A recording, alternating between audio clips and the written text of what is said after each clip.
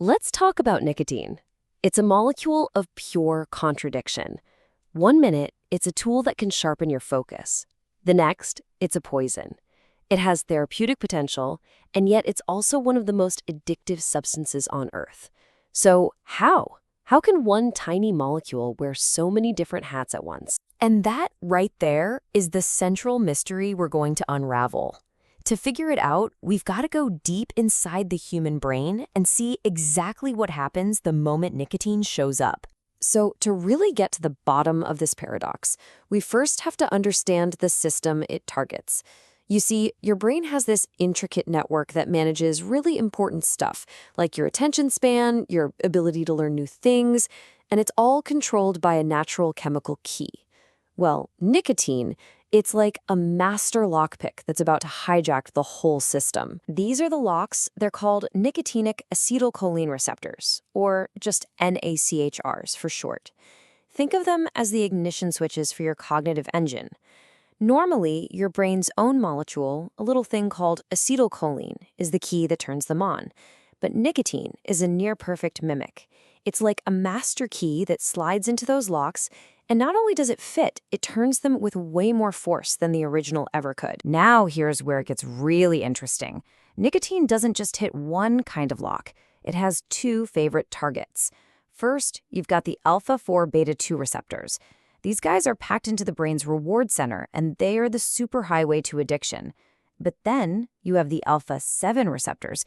These are found in the brain's cognitive hubs, like the hippocampus, and they're the ones that can sharpen focus and boost memory. This right here, this is the biological fork in the road that explains everything. So let's take that first path, the addiction pathway. When nicotine slams into those alpha-4 beta-2 receptors, it kicks on the most powerful reinforcement engine in the entire brain. And that sets up this incredibly powerful addiction loop. Nicotine hits the VTA, think of it as dopamine headquarters, which then unleashes a flood of this feel-good chemical all over the brain's reward circuits. And the brain's response is immediate. Whoa, that felt good. Do that again now. This isn't special to nicotine, by the way. This dopamine rush is pretty much the final destination for most drugs of abuse. But here's the thing. With repeated use, the brain doesn't just keep reacting to nicotine, it starts to physically change.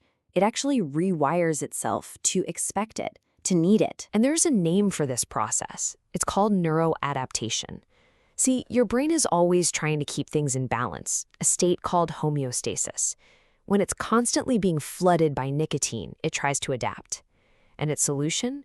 It starts building more and more of those nicotine receptors. It's a desperate attempt to regain control that, tragically, just digs the hole deeper. This adaptation creates a really vicious cycle. The constant nicotine exposure starts to numb out the receptors you have, so the brain fights back by building more of them. This is called upregulation. Now, fast forward to the next morning. After a night's sleep, all the nicotine is cleared out. The user wakes up, not with a normal brain, but with a super sensitized brain, just bristling with all these extra, empty, and now screaming receptors. That is the biological driver behind those intense morning cravings. And it's why that first cigarette of the day feels so incredibly good, locking the whole cycle of addiction firmly into place. Okay, so that's the addiction side of the story. And it is powerful. But what about that other path, the one that boosts cognition? This is where the whole paradox gets really fascinating. Just look at this number for a second. Over 60%. That's the percentage of people with schizophrenia who smoke. It's an absolutely staggering figure. And one of the leading theories for why is called self-medication. The idea is that they aren't just smoking for the same reasons as everyone else.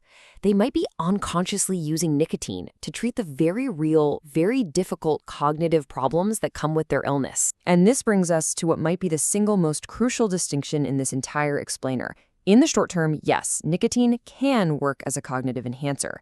By hitting those alpha-7 receptors, it boosts a molecule called BDNF, which is basically like Miracle-Gro for your brain cells, improving memory and attention. But, and you knew there was a but coming, long-term smoking does the exact opposite. It leads to cognitive decline. And here's the kicker. The villain isn't the nicotine. It's the delivery system. It's the thousands of toxic chemicals in burning tobacco smoke that cause all the inflammation and damage. And just when you think you've got it all figured out, the story gets even more complex.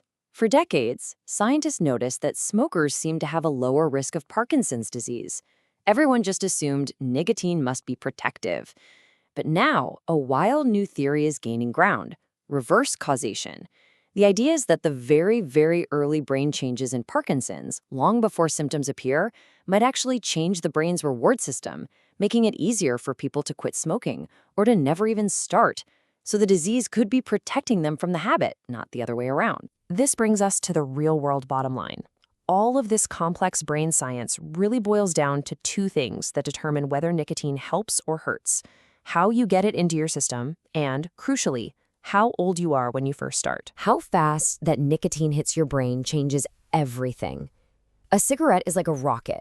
It delivers a massive spike of nicotine to your brain in just a few seconds. That speed is what makes it so incredibly addictive and so toxic. An e-cigarette is a bit slower, taking minutes, but it's still fast enough to be highly addictive. And then way down at the other end, you have something like a nicotine patch, which releases it slowly over hours. That slow delivery dramatically lowers both its addictive potential and its harm. You can see that relationship right here, clear as day. The faster the hit, the bigger the dopamine rush, the more addictive the product. The delivery method isn't just a small detail. In many ways, it's the entire story. And that second critical factor is age. An adolescent brain is literally a construction site. Key areas like the prefrontal cortex, which controls decision-making, are still being built. Nicotine acts like a developmental hijacker. It gets in there and messes with the blueprints, permanently changing how the brain gets wired. This is why prevention is so important. It's not just about stopping a bad habit. It's about protecting the healthy, normal development of a young person's brain. Okay, we have been on quite a journey from individual receptors to complex brain networks. So after all of that, what's the one thing you should really walk away with? If you remember just one thing, let it be this: context is everything. Nicotine itself isn't the good guy or the bad guy. Its effect on a person is almost entirely decided by how it's delivered, how fast, and most importantly, whose brain it's going into. And that leaves us with one last big question.